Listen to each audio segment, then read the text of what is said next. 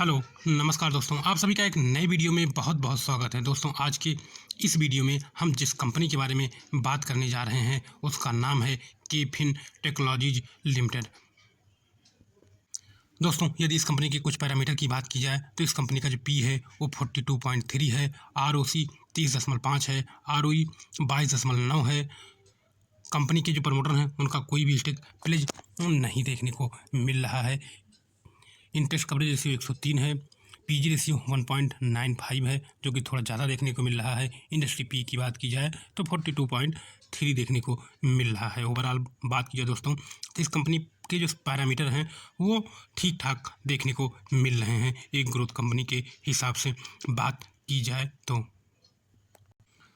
दोस्तों, जब हम किसी कंपनी के बारे में बात करते हैं तो सबसे पहले जब तक हम किसी कंपनी का बिजनेस नहीं जानेंगे तब तक हम उस कंपनी के बारे में बहुत ज़्यादा कुछ नहीं बता सकते हैं। तो दोस्तों, अब हम वीडियो में आगे बढ़ते हैं और बात करते हैं इस कंपनी के बिजनेस के बारे में। तो केफिन टेक्नोलॉजीज लिमिटेड एक technology driven financial service company है जो मुख्यतः कैपिटल मार्केट इकोसिस्टम जैसे म्यूचुअल फंड, आईपीओ और कंपनियों को बैक एंड और डिजिटल सलूशन प्रदान करती है। कंपनी के बिजनेस की बात की जाए तो केफिन टेक्नोलॉजीज का मुख्य काम इन्वेस्टर और कंपनी के बीच ब्रिज बनाना। यह निवेशकों, एसेट मैनेजमेंट कंपनियों और कॉरपोरेट को डिजिटल और ऑपरेशनल सर्विस देती है। यदि कंपनी के मुख्य बिजनेस सेगमेंट की बात की जाए तो पहला है दोस्तों इन्वेस्टर सलूशन। म्यूचुअल फंड और वेल्थ इंडस्ट्री को ये विभिन्न प्रकार के सलूशन प्रदान करती है। म्यूचुअल फंड निवेशकों का पूरा डेटा मैनेज करना, एसआईपी, रिडेम्पशन, ट्रांजैक्शन प्रोसेस करना, केवाईसी ऑन बोर्डिंग और अकाउंट सर्विस देना, call centre, chat bot, SMS alert जैसी सेवाएं ये कंपनी प्रदान करती है। ओवरऑल देखा जाए दोस्तों तो ये जब हम किसी म्यूचुअल फंड में इन्वेस्ट करते हैं तो ये कंपनी हमको दिखती नहीं है, बाकी जो हमको जानकारी मिलती है ये इसी कंपनी के थ्रू हमको पूरी डिटेल जानकारी म्यूचुअल फंड में इन्वेस्ट करने की मिलती है। आसान भाषा में कहें तो जब आप म्यूचुअल फंड में निवेश करते हैं तो पीछे का पूरा सिस्टम केफिन जैसी कंपनियां संभालती हैं। दूसरा है इशूअर सलूशन। कॉर्पोरेट सर्विस कंपनियों के शेयर होल्डर का रिकॉर्ड रखना, आईपीओ अलॉटमेंट और शेयर ट्रांसफ़र करना, डिविडेंड, बोनस, स्प्लिट जैसी कॉर्पोरेट एक्शन प्रोसेस करना, ई वोटिंग और एजीएम सर्विस देना। ये कंपनी इन सब सेवाओं को भी प्रोवाइड करने का काम करती है। यानी किसी कंपनी के शेयर से जुड़ी सभी टेक्निकल रिकॉर्ड सर्विस केफिन संभालती है। जो तीसरा इसका बिजनेस दोस्तों वो fund administration and global business. Alternative investor fund AIF hedge fund के लिए अकाउंटिंग और कंप्लायंस, इंटरनेशनल मार्केट जैसे मलेशिया, फिलीपींस, हांगकांग में सर्विस प्रोवाइड करने का काम ये करती है। डाटा एनालिटिक और रिपोर्टिंग सलूशन भी प्रोवाइड करने का काम ये कंपनी करती है। ये दोस्तों कंपनी के बिजनेस मॉडल की बात की जाए तो रिक्रूइंग रेवेन्यू मॉडल है। हर ट्रांजैक्शन फोलियो या एएमयू यानी एसेट अंडर मैनेजमेंट पर फीस मिलती है। स्केलेबल मॉडल की बात की जाए तो जितना ज़्यादा निवेश और आईपीओ एक्टिविटी बढ़ेगी उतनी इस कंपनी की कमाई बढ़ेगी। एसेट लाइट मॉडल है कंपनी का, ज़्यादा फिजिकल एसेट नहीं है। टेक्नोलॉजी ड्रिवन बिजनेस देखने को मिल रहा है इस कंपनी का। ये दोस्तों कंपनी के स्ट्रेंथ की बात की जाए तो म्यूचुअल फंड इंडस्ट्री में स्ट्रांग पोजीशन है। कैम्स के बाद ये इस कंपनी की जो पोजीशन है वो सेकंड पोजीशन देखने को मिल रही है। हाई ऑपरेटिंग मार्जिन है, यानी इस बिजनेस में कंपनी का जो मार्जिन है बहुत ज़्यादा देखने को मिल रहा है। लार्ज स्केल इस कंपनी में देखने को मिल रहा है। करोड़ों इन्वेस्टर फोलियो और लाखों डेली ट्रांजेक्शन हो रहे हैं। ग्लोबल एक्सपेंशन से फ्यूचर ग्रोथ पोटेंशियल भी देखने को मिल रहा है। ये दोस्तों आसान भाषा में कहें तो केफिन टेक्नोलॉजी एक फाइनेंशियल इंफ्रास्ट्रक्चर कंपनी है। यह खुद निवेश नहीं करती बल्कि निवेश करने वाले इकोसिस्टम को चलाती है। तो दोस्तों ये कंपनी कुल मिलाकर शेयर मार्केट में इन्वेस्ट शेयर मार्केट में काम कर रही है। दोस्तों आपको भी पता है कि ये जो स्टॉक मार्केट है ये कभी ख़त्म होने वाला नहीं है। तो इस कंपनी का जो बिजनेस है आने वाले समय में धीरे धीरे बढ़ने ही वाला है, उसमें कभी कमी देखने को नहीं मिलेगी। लॉन्ग टर्म की बात की जाए तो लॉन्ग टर्म में कभी भी इस कंपनी का जो बिजनेस है वो डाउन नहीं होने वाला है। इस सेक्टर में बहुत सारी कंपटीशन की बात की जाए तो बहुत ज़्यादा कंपटीशन देखने को नहीं मिल रहा है। यदि कोई नई कंपनी इस सेक्टर में आना भी चाहेगी तो उसके लिए इतना आसान बिजनेस नहीं है, क्योंकि जो डाटा इस कंपनी के पास है वो कोई नई कंपनी आएगी तो उसके पास उतना डाटा और उतना ज़्यादा बैकअप देखने को नहीं मिलेगा। तो दोस्तों इस कंपनी का जो बिजनेस है वो बहुत ही ज़्यादा स्ट्रॉन्ग देखने को मिल रहा है। दोस्तों कंपनी का Q4 का जो रिजल्ट है वो आ चुका है। तो अब हम आगे वीडियो में बात करने वाले हैं कि कंपनी का जो Q4 या FY26 का रिजल्ट है वो कैसा देखने को मिल रहा है। ये दोस्तों लास्ट क्वार्टर के रिजल्ट की बात की जाए तो एक साल पहले कंपनी की जो इनकम थी वो 283 थी और अभी के समय में यानी मार्च 2026 में ये इनकम बढ़कर 347 हो गई है। तो यहाँ पर कंपनी के जो इनकम है उसमें एक अच्छी ग्रोथ देखने को मिल रही है। ऑपरेटिंग प्रॉफिट की बात की जाए तो ऑपरेटिंग प्रॉफिट एक साल पहले 122 था और अभी 128 है। यहाँ पर मार्जिन जो है उसमें गिरावट देखने को मिल रही है, जिसके कारण इसका जो ऑपरेटिंग प्रॉफिट है उसमें उतनी बड़ी ग्रोथ देखने को नहीं मिल रही है जितनी बड़ी ग्रोथ इसके इनकम में देखने को मिल रही है। एक साल पहले जो मार्जिन था वो 43% था, अभी ये 37% के आसपास देखने को मिल रहा है। यहाँ कंपनी का जो ऑपरेटिंग प्रॉफिट मार्जिन है उसमें गिरावट देखने को मिल रही है। इसके अलावा दोस्तों यदि नेट प्रॉफिट की बात की जाए तो एक साल पहले नेट प्रॉफिट 85 करोड़ था और अभी ये 81 करोड़ देखने को मिल रहा है। तो यहाँ पर नेट प्रॉफिट में गिरावट देखने को मिल रही है। ये गिरावट क्यों देखने को मिल रही है दोस्तों? तो एक साल पहले इसका अदर इनकम 10 करोड़ था, अभी 11 करोड़ है। यहाँ तो ठीक है, इंटरेस्ट भी एक साल पहले 1 करोड़ था, अभी भी 1 करोड़ है। लेकिन डिप्रिसिएशन की बात की जाए तो एक साल पहले डिप्रिसिएशन 17 करोड़ था जो कि बढ़कर 27 करोड़ देखने को मिल रहा है। तो इसके कारण दोस्तों कंपनी का जो नेट प्रॉफिट है उसमें गिरावट देखने को मिल रही है, ग्रोथ की जगह उसमें गिरावट देखने को मिल रही है। दोस्तों कभी कभी क्या होता है, जब कंपनियां कोई नई कंपनी एक्वायर करती हैं तो उसका जो जितना वैल्यू होता है उसको डिप्रिसिएशन में डाल देती हैं। तो यहाँ भी शायद यही देखने को मिलने वाला है। आगे वीडियो में हम क्लियर करेंगे कि किसके कारण ये जो नेट प्रॉफिट में गिरावट देखने को मिल रही है ये क्यों देखने को मिल रही है। दोस्तों Q4 के रिजल्ट के बाद मैनेजमेंट की तरफ से कमेंट्री की गई है, इसमें क्या क्या चीज़ें बताई गई हैं अब हम उन पर बात करने वाले हैं। तो यहाँ पर मैनेजमेंट के द्वारा बताया गया है कि कंपनी ने 22 से 23% year by year revenue growth दिखाया है और कुल रेवेन्यू या FY26 की बात की जाए तो इसमें 19% की ग्रोथ देखने को मिल रही है, जो कि एक अच्छी ग्रोथ दिखा रहा है। ग्रोथ का जो कारण है mutual fund industry expansion, international business में तेज़ी से एक्सपेंशन। मैनेजमेंट का कहना है कि कोर बिजनेस मजबूत है और स्ट्रक्चरल ग्रोथ है वो जारी है।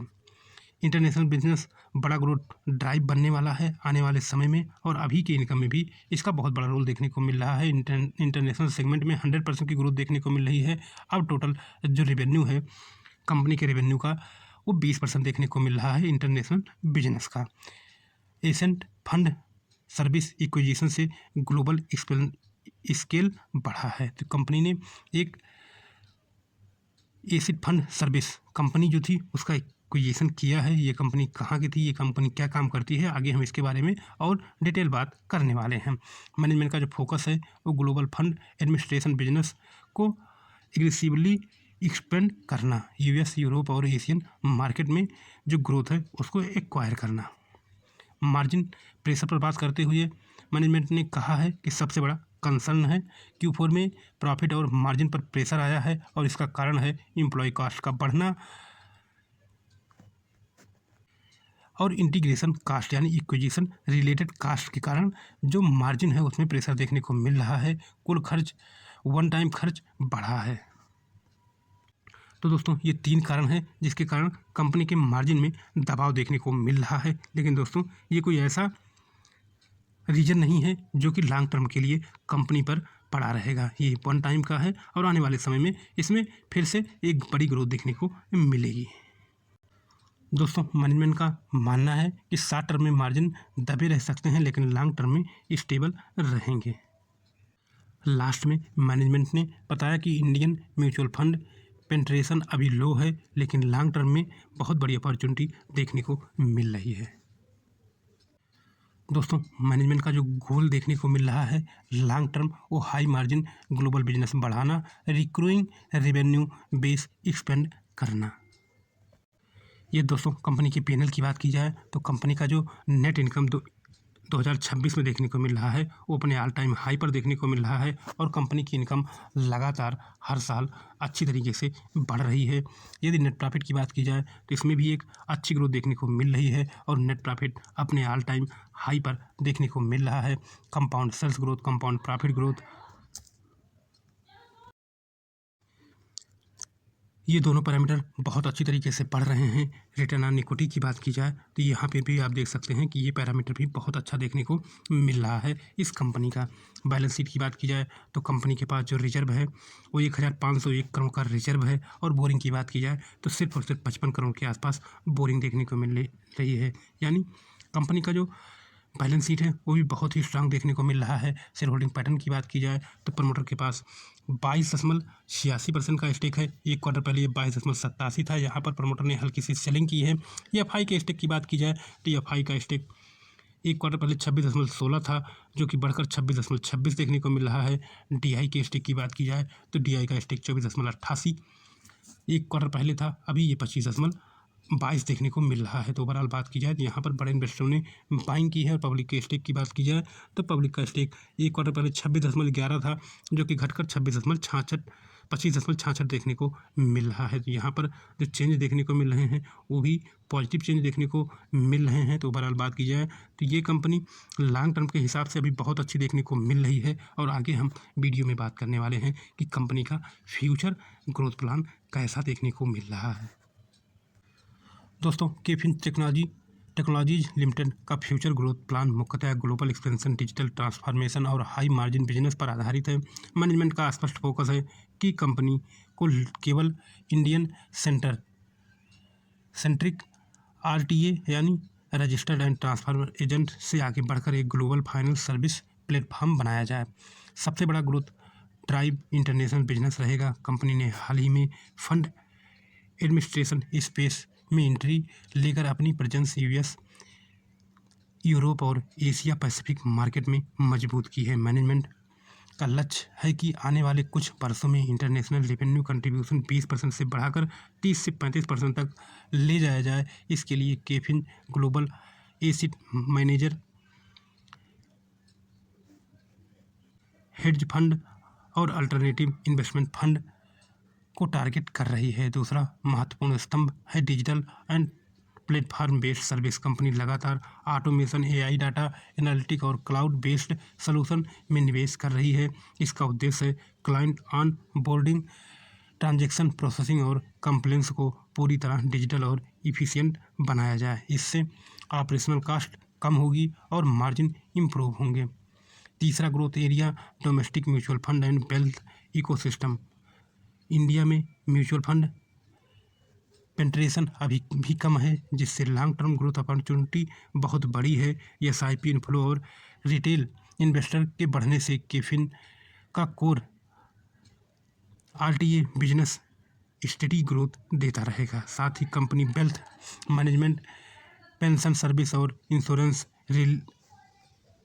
रिपोजिटरी जैसे नए सेगमेंट में भी विस्तार कर रही है। ये दोस्तों एक्विजिशन की बात की जाए तो केफिन टेक्नोलॉजी का एक्विजिशन स्टडी काफ़ी फोकस्ड और स्ट्रक्चरल है। कंपनी रैंडम एक्विजिशन नहीं करती है बल्कि ऐसे बिजनेस खरीदती है जो ग्लोबल एक्सपेंशन को एक्सिलरेट करें, high margin fund administration capability जोड़े, टेक्नोलॉजी और प्रोडक्ट ऑफरिंग को मजबूत करें। हाल ही में कंपनी ने एसिड फंड सर्विस का एक्विजिशन किया है जिससे केफिन को इंटरनेशनल फंड एडमिनिस्ट्रेशन स्पेस में स्ट्रांग एंट्री मिली है। मैनेजमेंट का कहना है कि फ्यूचर में भी ऐसे एक्विजिशन किए जाएंगे जो ग्लोबल स्केल और क्लाइंट बेस्ड बढ़ाएं। आने वाले समय में ये कंपनी एक बहुत बड़ी कंपनी बढ़ने की दिशा में कदम बढ़ा चुकी है। इस कंपनी का जो फ्यूचर है वो बहुत ज़्यादा ब्राइट देखने को मिल रहा है। तो दोस्तों आज के इस वीडियो में इतना ही, मिलते हैं नेक्स्ट वीडियो में, तब तक के लिए बाय बाय दोस्तों।